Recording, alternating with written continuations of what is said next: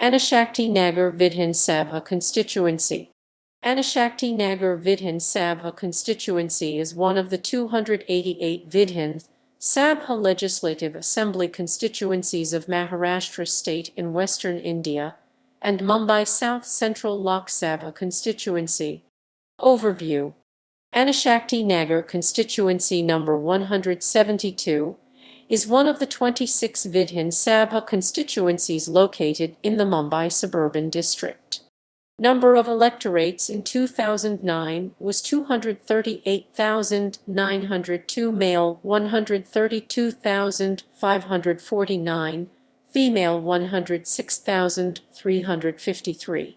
Anushakti Nagar is part of the Mumbai South-Central constituency along with 5 other Vidhan Sabha segments, namely Chembur in Mumbai suburban district and Dharavi, member of Legislative Assembly. Key. NCPSHS. Chess. Election results. 2019 result. 2014 result.